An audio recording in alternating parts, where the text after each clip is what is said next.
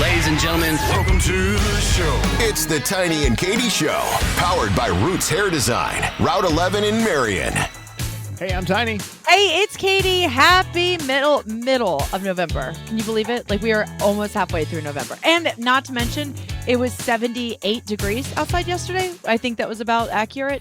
Yes, as we record this, so this is it's Wednesday, the 9th, and yesterday was the last day of summer, so that was cool.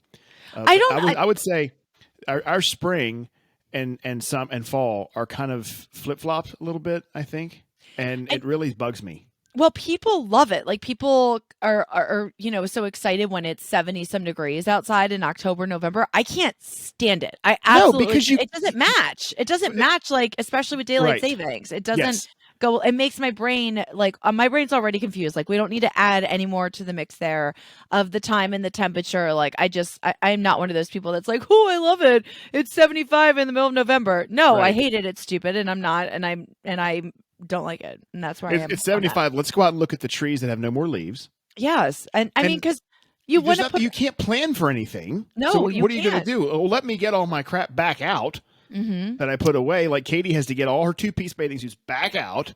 Not one person wants to see that, and I have zero of those things. But speaking of getting things back out and putting things away, I did take down my Halloween decorations the other day. Aww. Yeah, it was a little bit. I thought I heard the angels crying. Yes. Well, and I have it down to like a well-oiled machine at this point because I've done it for so long. Like, I knew exactly where everything was going. It wasn't that dramatic. It was all good to go. And then it was very successful. But now I have to wait like 4 more weeks, then I get my Christmas back out, but it's not nearly as dramatic as it is with Halloween. But I know Christmas is the time when people really, really go overboard. I've been in some people's houses around Christmas where it looks like a freaking Have you ever been to a Kirkland's? The store? Yeah. Not like Costco, but like the Kirkland store. Like, I've been in people's houses where it looks like Kirkland's threw up all over the place, and it's unbelievable, elegant and amazing. And I get why people like it. But it's just so expensive. Like, I do feel Halloween stuff is a lot cheaper than Christmas, but I do a little bit, but I do not go overboard. But that's where we are with that. In our development, if you walk out on our back porch, I remember it was probably maybe mid-September, maybe even early September. It was shortly. It was just after Labor Day, I believe. And the night came. I take the dog out every night before we go to bed, and I look across the road, and I'm like, no, I'm not seeing what I think I'm seeing. Here in the neighbor's main window in their living room, their tree was up. And when was this? This was like right after Labor Day, like the week after Labor Day. They were ready to go. They were raring to go. They were. But at first I thought, well, I'm not seeing what I think I'm seeing, because sometimes my vision is just garbage. So I went in and got Mary and I said, hey, can you come look at this for a second? Do the neighbors, and it wasn't, don't get me wrong, if somebody was, I'm not a nosy neighbor, so if someone was, walking by, they wouldn't think that I was, peering in someone's house. Mm-hmm. And she came out and she goes, wow, they do have a Christmas tree up. Now, I'm not judging them for doing it. A little bit, because you're talking about it right now, so a little bit. It's surprising that someone would do it that early. I love Christmas. I love decorating for. Excuse me. Let me rephrase that. I love a house that's decorated for Christmas. I don't necessarily enjoy decorating for Christmas. Understood. But by the way, so we have two huge announcements. And we do. Massive announcements to make. They're so big that I have zero clue where you're going right now. Can't wait. Absolutely. So the first announcement is that since you see us right now and you hear us right now, it's safe to say we did not win the Powerball. Okay. I did. Yes. Can I tell you something? I played the Powerball for my very first time the other night. I've never done that before. And I would have had no idea if I would have won or lost, but my roommate understood what she was doing, and she said we really should go play the Powerball. And I thought, well, my luck has been kind of like down lately. Maybe something positive is going to happen. So I paid, I think, $8 for it. Never did it before. Got 2 tickets. Had no idea what any of those numbers meant. So I just said, just let me know if we win or not. But yes, we did not win. But that was the first time I played. Yeah, and like I said, we're here, so we didn't win. We probably still would have done it. We're like, oh my God, we won. Would you tell anyone if you won it? Like, how much money are we talking? Okay, like billions. Let's put some parameters on this. By saying tell anyone. Obviously, you'd tell me, and your closest family, but would you, there are some states that do not allow you to remain anonymous when you win the lottery. Really? And then there are others. Oh yeah. And it's to the point where it's legislated in a lot of places, but then there are others where you can remain completely anonymous. Would you want people to know? Would you be okay? I would not. No, I don't wouldn't think know that I won. Yeah. That's a really tough one for me because I love like spotlight and being recognized and, being the center of attention. But I don't think I would want to. I don't think I would want to. That's a good question because, obviously everybody's going to hit you up for money and why people are coming out of the woodwork all of a sudden like, oh, wow, Katy, it's so good to hear from you. I haven't seen you since high school, can I have $1 million? Oh, is it so good to hear from me? That's awesome. Yeah. I appreciate that. Hey, take care. Now. Yeah, exactly. No, that's a good question. No, I would not tell anybody. But one time I thought I won $30,000 every month for the rest of my life. Do you remember this? Were we together at the time? Well, I mean, yeah, we were. I was living in Shippensburg with my roommate my first roommate that I had. Yeah. And we played the scratch off one night. We went down to the gas station, got a scratch off, brought it back. And when we scratched it off, I mean, we both thought we won $30,000 a month for the rest of our lives. I mean, right. I don't remember how we misread it, but I remember I started crying. I started freaking out. I called my mom and I was like, oh my God, Mom, we just won $30,000 a month for the rest of my life. So it was 15 because we were going to split it. And then I think I showed it to you. I'm pretty sure that's how this all came out. And I'm like, Tiny, because I called Tiny, of course, like, I'm filthy rich. I won all this money. And he says, let me look at this before we get too excited. Let me go ahead and just look let's at not make any plans right now. Yeah. Let's not start spending at the moment. And thank God we did it because we did not. I think we won like $4, but I genuinely thought that we had won $30,000 a month for the rest of my life. And this is not the first time something like this has happened to me, where I feel like I've won something so monumental or something great has happened to me. And I'm like, no, misread that. That is completely wrong. If I remember correctly, now I could be totally wrong on this, but I'm pretty sure it was your roommate that bought the ticket. Mm-hmm. Oh, and I said that I won. Yes, that's accurate. Right. That is accurate. Yes. So just and believe me when I tell you that this is not an exaggeration of how Katy has always been in the 12 years that we've known one another. Is her roommate bought this scratch off ticket, got it home, scratched it off in her presence, obviously. He proceeds, I'm sure, to, oh my God, I just, because they were both thinking that this was the case. I just won $30,000 a month for life. This is insane. Life has changed as I know it. And now all of a sudden I've won $30,000 a month for the rest of my life. So as Katy said, she starts getting emotional and crying. Now, I would be the type of person who would have been like, oh my God, why the hell are you crying? Yeah. Well, why are you crying? I do have a tendency to do that where I feel like it is also involving me as well when I literally have no rights to it at all. But one time, listen, I will tell you, one time I went to Vegas, which I'll never go back to Vegas again. They don't want me back there because I was a train wreck. And it's not just Vegas.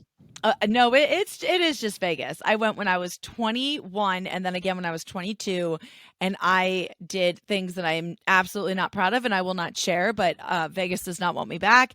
But I actually won $187 on a penny slot because I don't know if it was you. No, I don't think it was you. Somebody told me one time, the best advice I can give you when you're playing the slots is find the machine that calls to you. Find something that you can connect with that just speaks to your personality. Right. And I'm pretty sure it wasn't like a Denzel Washington slot machine, but it was something like Beluga Whales or something crazy that is very specific to me, Katy. And I played $1 in pennies and I won $187 on a penny slot machine. Mm-hmm. So that was the most I've ever won, I'm pretty sure, in my lifetime. But I was pretty pumped about that. So Katy and I always had this agreement. Of course, it was all via her insisting was that if either of us ever came into money, that it was split. Mm-hmm. That she would get half. That still holds true to this day. Are we coming into money anytime soon? I certainly know I'm not. No, absolutely not. What's the most that you what's the most that you've ever won on a scratch off or playing you're not a big gambler, so. Well, so 2 times, and neither one of these are massive amounts, but one involves Katy, the other one doesn't. At the radio station, we sometimes would get scratch off tickets, and the lotteries would send some of them to us and be like, if the staff wants to scratch off some, whatever, no big deal. So we were at this event, and myself and a member of the part-time staff, we were literally bored out of our minds. So I just grabbed a couple scratch-offs. I think there were like 4 left. I handed him 2, and I had 2. And I said, have fun, scratch them off. I scratched nothing, absolutely nothing. Now, mind you, I have yet, in the years that we have given away these scratch-off tickets, be it on the air at live appearances, I have never seen anyone win over $5 ever on any of these. Okay. And I've never heard. You would think that if you won, I think the top prize on them is typically about $1,000. You would think if someone would have won that, they would have called us and told us, "Hey, that scratch off you gave me, I won $1,000." Right? I don't know if I don't know if I would do that, but okay, go on, carry on. Well, regardless, so he scratches his first one off, nothing. Scratches the next one off, and it was like $150. Wow, like, that's amazing. What the hell? That's amazing. How in the world does this happen after all these years? Mm-hmm. And I had to be, and I told him, like, well, I was nice enough to share those with you because you're only part time, so I could have just easily just kept them, and I was giving him a hard time. Obviously, so, the time where I personally won the most was we were celebrating, I believe, Jeff's birthday, and we were heading down to Charlestown. Mm-hmm. So we got there. It was me and Graham's. And because they just love the slots, and Mom, they all came along and made a big night of it. Well, we got there, I think, about like 45 minutes to an hour before Katy did. And like Katy just said, you find a slot machine that calls to you. So I'm a big Vikings fan in the NFL. So I saw this Vikings slot machine. I sat down, put the card in, did whatever. And I always look at Charlestown or any slot machines, any gambling at all, is I will spend $20. And then I'm tapped out. Yields, yep. It's over. Yeah. So I got down to maybe having $5 or $6 left of the 20, and I thought, you know what, I'm just going to go for broke. So I played every line, every combo that you possibly could, and won like $200. Mm-hmm. And I'm like, okay, I'm That's done. it. I'm done. And now, mind you, Katy and them they're not even there yet. And Tiny's already done gambling. When she shows up, like, hey, I'm saying, but I'm done. Yeah. What do you mean you're not going to play any slot? I'm like, if you want to pay for it, that's fine. And what's interesting is, come to think of it, we didn't split that. I mean, I don't remember you telling me, probably because you knew I'd be like, oh, well, where's my $100? Obviously, half of that is mine. Sure I told you that. For zero reason would it be mine. I have a friend from college. Her father won the lottery twice. Like one time won like $1 million, and one time won like $50,000. Twice won the lottery. That's crazy. Yeah, that is crazy. But I don't ever foresee myself winning. That would be great if I did, but I don't see that happening. But what was the other news? Yeah, we have news number 2. I was going to say. Yeah, we have our second major announcement, and that is coming up in just a minute on the Tiny and Katy Show, all powered by Roots Hair Design, Route 11 in Marion. You don't want your hair just cut or styled. Get your hair designed at Roots Hair Design, 5459 Molly Pitcher Highway in Chambersburg, 717-375-2130. How about a women's cut, $32, $35, or $38? Guys, you're not going to get a better price on the cut you're going to receive at Roots Hair Design than $23. Now, if you have a teenager, girl or boy, $25 and $20 respectively. A kid's cut, just $18. Maybe you need your roots touched up. They have that as well. And they can do your nails, take care of your lashes, facial treatments, waxings, and what I plan to get is a massage. Roots Hair Design, 5459 Molly Pitcher Highway in Chambersburg. $10 off your first service to any new guests, and they're approaching their 12th year in business. You don't last that long if you're not doing something, or in their case, a lot of things right. Roots Hair Design, we can't thank them enough for being part of the Tiny and Katy Show. More of the Tiny and Katy Show starts now. This announcement is so exciting. I have no idea what it is. I have yes, no clue. You do. I have no idea what you're about to do. say. No clue. Katy and I are going to be, by the time you, well, maybe not by the time you see this, by the time we record again, we hopefully will have successfully run the Chesapeake Bay Bridge in Annapolis. We are doing the Bay Bridge race on Sunday, this coming Sunday at the 13th. And it is an up early. We are leaving. She's spending the night at my house, and me, my wife, Mary, and Katy are all going to head down there. I've done this twice. I've not. The first year, my knees gave out on me, but I shouldn't have been running because I was way too much at the time. My knees gave out on me about a mile in. Had to walk the rest of it. Last year, did it start to finish. I didn't set any records, but I did it, and I was happy about that. And then this year, back at it, I have not run in a year. Wow. Well, a a 10, I year. mean, I do believe that a 10K, I mean, while it's, 6 point whatever miles, it's a lot. It's not like a half marathon or a marathon. Like No, it's doable. And if you have to walk a little bit, you can. But I've been wanting to run this race for years. I'm very excited about it. But every year it's always on a Sunday. And yeah. Sundays are very difficult and it's far. For me, it's a couple hours. But the Bay Bridge is a very interesting bridge, I believe. Do you know that? And you probably do know this. I was just talking about this with my kids because I teach fourth grade, so I have to teach Virginia studies. And we were talking about the Chesapeake Bay and we started talking about the Bay Bridge. Do you know that there are people that work on one side of the bridge and live on the other side of the bridge, and they're so afraid to drive that bridge? It's like it's in the top something Oh, for yeah. the scariest bridges in the United States. Well, there's people who make money that drive That's people. that's what I was gonna say. Yeah, you Yeah. hire Oh, yeah. someone to drive your car on the other side of the bridge and then back. And I remember I was watching like a 2020 or Dateline or something about this, and I saw it too. I'm pretty sure. Yeah, they were same one. showing people in the car as somebody else was driving them to or from work. And I mean, they're having straight up panic attacks in the back Yep. seat of the car. Every day they have to do this. I just thought that was just such a fascinating, like if I'm that scared of something, I'm probably not going to make sure that I go over it twice a day, every day, Right. 5 days a week. Well, Probably the going one to move locations or something. the one that I saw was there was a woman who talked about how she doesn't have an issue going over it. She has a massive issue physically being the one doing the driving. Like she's like, I can sit in the front seat. I don't have any problem with that as long as someone else is driving. And the reason is she can sit and close her eyes. So she doesn't have to worry about it at all. But my great grandmother was petrified to go over any type of bridge. Yeah. I've always loved the Bay Bridge. And those people, they make some serious money doing that service of driving people. I mean, like crazy amounts of money. Yeah, I think that's insane. Bridges have never been something that ever scared me when I was driving. I mean, like other things scare me when I'm driving, like car washes and gas stations, which I'm getting over the gas station thing. But I used to have this really big fear. God, I can be such an idiot sometimes. I was just talking about this with Bridget. Sometimes? I used to have this very bizarre, I'm over it now, and now I have my fear of car washes. But wait a minute, if it's what I think it is, I can't believe you're over it. But go ahead. yes, it is. And because I know I've called you before for backup and help. If I'm going into a gas station and let's say that my tank is on the right-hand side of my car. And so I'm pulling into a gas station and I just want to pull up to the pump and the pump is on the right-hand side so I can just pull in and be done. If that's not the case, if I have to turn around or somehow move my vehicle in another direction, I can't think straight about how to move my car to get my car to be facing the other side so I can I don't know how to explain. I don't know if I'm explaining this correctly. You have a brain fart.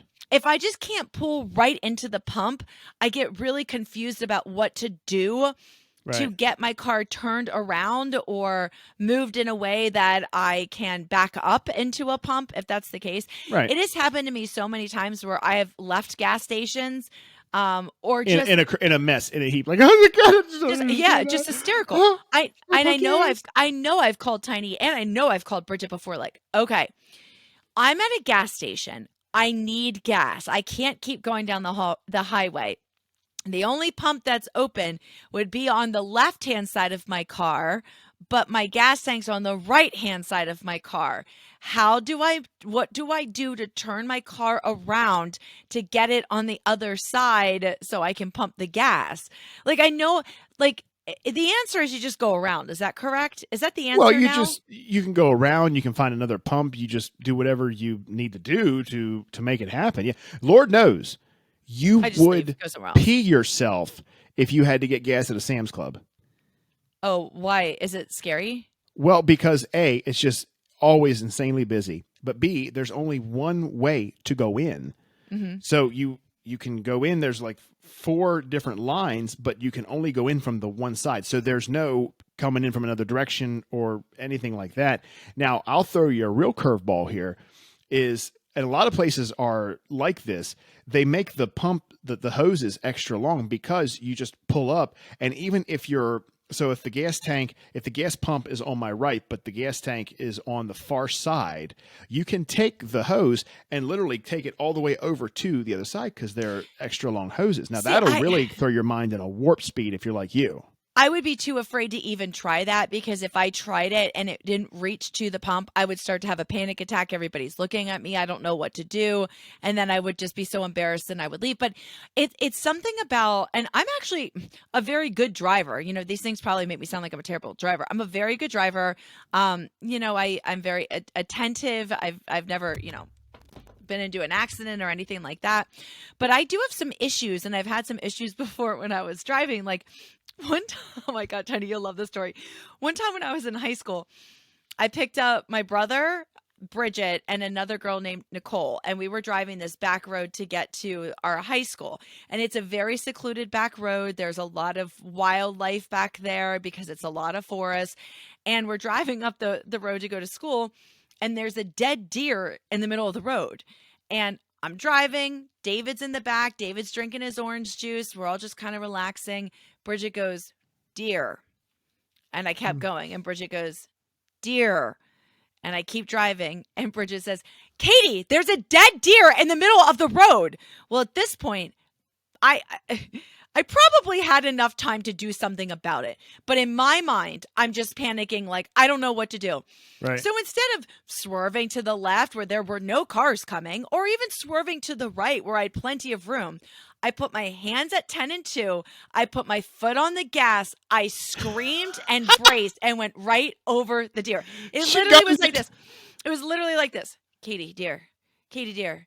Katy, there's a deer." And I went, "Ah!" and just went right over the deer. David, it's like a Christmas vacation scene. David banged his head on the top of the car and his orange juice went everywhere. I ran over the deer and I ended up getting like deer remains stuck in my car. Like there was fur in my car, there was flesh in my car, and there was a line of deer blood from where I ran over the car all the way up to the high school. And I remember people were talking about it like, did someone run over a deer and just, bring it back with them to school because there was blood and flesh all over the parking lot? Because I just was like, instead of just swerving to the left or swerving to the right, I just literally was like, right over it. I mean, like an absolute idiot. And I look back at that and I'm like, what? Why didn't I slow down? Why didn't I swerve to the left, move to the right, or even ask for help? Hey, what do I do? What do I do? What do I do? Especially talk about overreacting. Oh, 100%. I mean, that's why it's like I saw it, but I thought, oh, it'll move. Right. But, it's not going to because it's dead. What is your, so it's not going to move. I didn't remember when I said, if it's a fear that I'm thinking of, I can't believe you're over it. It wasn't the gas station thing that I was thinking of, but it does involve your car. My bank. Huh? Bank, No. Pulling up to the bank. Oh, okay. No, you always told me that you had this fear of when you would get in your car, I guess at night more so than anything, that there was someone in the back. Okay. All right. So all of this happened because of one movie, and I bet you remember that movie. There was one person. It was, who was it? What's her name? Not Helga. You're close. Zelda from it's not Pet Sematary, is it? Pet Sematary. Okay. So yes, after I saw, I know I've seen Pet Sematary when I was younger, and I don't know if I blocked that part out or just never watched it. I'm not sure. But when I was, working at the station in my 20s, I remember rewatching that movie. And the part when Zelda, who has, I forget what the condition is that she has, and they have her locked in the back room, and Rachel has to go and give her food, and there's something wrong with her spine, and she's all like contorted, and she's like, Rachel. That, something about that, absolutely. Oh, now I've forgotten about it. Now this is going to start happening to me every morning now. Something about that absolutely traumatized me as an adult. And every time I would get up to go to the radio station, I would just see Zelda in my back seat. I just was always like, there she is. She's back there. And sometimes I would drive with the light on, or I would drive with my hand back there, just got constantly going back like this. Because that's smart. I don't know. Yeah. I mean, I don't know what was wrong with me. I wasn't scared of like a stranger being back there or, like a kidnapper. It was Zelda, straight up. Zelda's back there and she's going to come out and get me. But Did I ever try to prank you with that? I hope to God not. I don't think I would laugh at that because I don't know. Something tells me I did, but I guess I didn't. there are certain parts of movies that I think that even as an adult are incredibly traumatizing, or you remember them and you just can't get over that scene. For example, this isn't a horror movie, but for me, the movie that scarred me the most was Requiem for a Dream. I cannot watch that movie. I remember watching that movie and I was like physically ill for 3 days. I couldn't sleep. I couldn't eat. I couldn't get the image out of my mind. I couldn't get the song out of my mind. Did you ever see that movie? Yes. Yeah, unfortunately. It's awful. I mean, it's really a really traumatizing movie. And so, that I've gotten over, obviously. And I also have not watched it. But Zelda, even if I watch Pet Sematary, I think I would have to fast forward that scene. There's no way I'd be able to watch it. Do you know what movie gives me makes me it didn't scare me, but always made me emotional. How do I want to say this? I call them like thinker moments, thinker movies where you just really have a difficult time processing. And I know it's going to seem stupid. Oh boy. But it's the last scene in Titanic where they see each other at the clock? No. Well, okay. So near the last scene of in Titanic. Titanic. Just so you know. When during the movie they have this brief moment where and of course now everybody knows it by heart now, but at the time for whatever reason when it happened at the end of the movie I thought, "Oh my God, I remember them saying that." Where they were talking about things that they were going to do. Like we'll ride the roller coaster at whatever. We'll ride with no side saddle. We're going to ride a horse the right way like a man, blah, blah, blah. And at the end, when now Ancient Rose she's seeing all the pictures of her doing those things. There's all these pictures of her having done these things. Yes. Sans Jack, of course, obviously, because he died. And that always, I was like, oh my God. Spoiler alert. Oh, sorry. So sorry. But it's like she did all these things, obviously because of him. And here he wasn't even there. And that, for whatever reason, always used to be like, oh my God, that's just. I love you so much, Tiny, but you just sound like a girl at this moment. I'm sorry. What do you want from me? Look, really and it's as is everything now. It is made even worse by the fact that I have a kid. You're a parent, yeah. I mean, here I am talking about Pet Sematary and Requiem for a Dream, and you're like, oh, that part in Titanic when she did all those things with that jacket I wanted to do. Oh, she's riding the horse the right way. The right way. She spit like a man. She spit like a man. Do you remember? Do you remember how good my impression is of Rose? It is not good. Okay, all right. It is so Time out. I'm going to set this up, okay? There are things that Katy believes that she does very well. There are two. She's going to do one for you, and I can tell you the other. Both of them. Oh, no, you're not doing. One of them you're not doing unless I have my headphones off. So anyway, she said to me one time. It's scary how well you know me. Talking about Titanic, she goes, have you ever heard my Rose impersonation? Just at that one scene. And now mind you, I've never heard of anyone doing an impersonation of anyone from Titanic, except maybe like the turnabout or iceberg right ahead, something like that. Yeah. But nobody else. It's not something it's just not done. So I'm curious. I was like, Tiny, do you want to see me reenact this scene where Leonardo DiCaprio draws her on the sofa? I look just like her. Our bodies are so similar. Yeah, it's like, okay, please paint me like one of your French girls, Tiny. But nonetheless, so she said the scene is where the guys have passed by her at the end, and she's laying on the door, and she tells them to come back. And I'm like, I'm curious. So I tell her, I'm like, okay, entertain me. Let's see this. And she does it.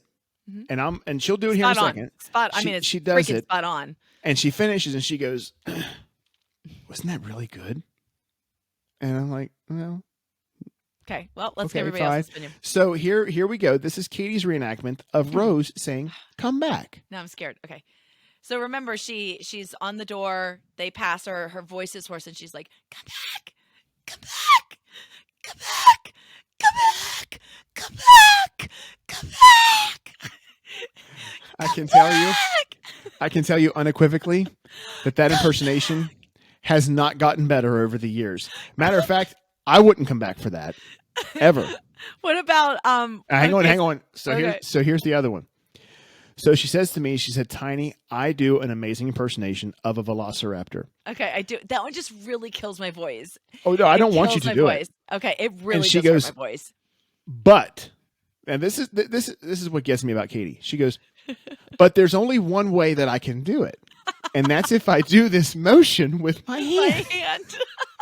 So she makes the sound. Can I do it now? Everyone wants to hear it. She goes, hang on. She just.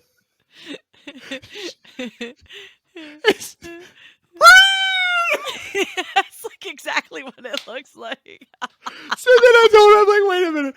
You mean you can't do this unless you just go like this? I can't. Nothing comes out. So I'm like, hold your hand down and try to do this. And I'll be damned she couldn't do it. No, I like nothing comes out unless I have the hand that goes with God. it. Okay, just do it. Let's end with this. This is what we got to end with. But wait, first of all, that is not the impression that I do that's spot on. What was it? Share, if I could turn back time. That was the one I was gonna say. Okay. God, no. All right, I'm going to try it. Now, this does really, really hurt my voice. Oh, I haven't done this in a while. Okay. Now watch the hand. She's definitely going to hit something. I know she is. This is going to knock over. Okay.